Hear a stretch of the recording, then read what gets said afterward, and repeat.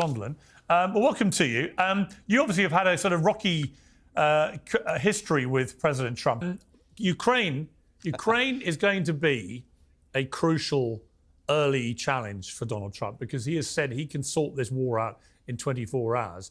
I've always been bemused how he thinks he could do that without giving Vladimir Putin a win in terms of keeping the territory that he's stolen, even if Putin was to accept that deal. Can you see any other way that this gets resolved quickly in terms of making Russia do a deal that doesn't involve them being given the Donbass, for example? Well, Pierce, the first thing you have to do is learn how to speak Trump speak. And 24 hours doesn't mean literally 24 hours. What it means is that I'm going to focus on it relentlessly, and I'm going to check my watch, not my calendar, when I'm working on this issue.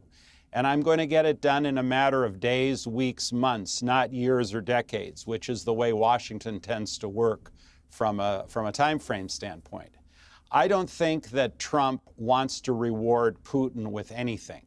But I also think that our relationship with Russia vis-a-vis China in the future is going to be a very, very important consideration in this whole thing.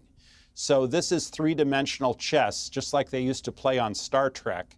And I think that at the end of the day, giving Ukraine what they need in terms of weaponry, but not only the weaponry itself, not only the hardware and the software, but the ability to use it to its full capability will be an important negotiating tool that Trump will use to get Putin to back down. And there will be rewards for Russia if they give back what they took, because in the long term, having Russia as a permanent enemy where they're constantly attempting incursions into Europe is not a good thing for our planet. It's very, very different than China, who's made no bones about the fact that they want complete hegemony someday, and they're using what I call gradual incrementalism to get there.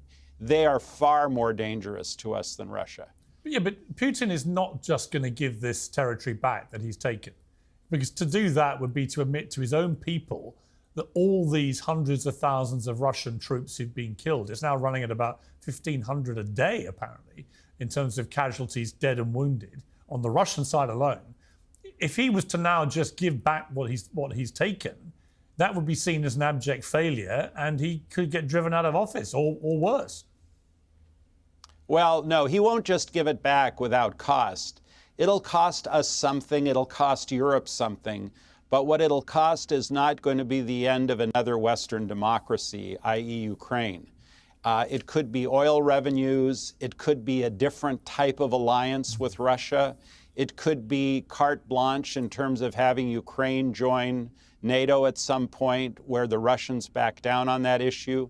There are all kinds of cards to play, and I don't want to presuppose any of them, because actually President Trump has quite a few tools to resolve this. President Biden did nothing but a cold, despicable political calculus, which is he treated this conflict with a thermostat. He kept turning up the temperature, turning down the temperature based solely on the polls and his prospects for re-election, without consideration to the long-term ramifications for us and for our European allies. This was all about getting him re-elected.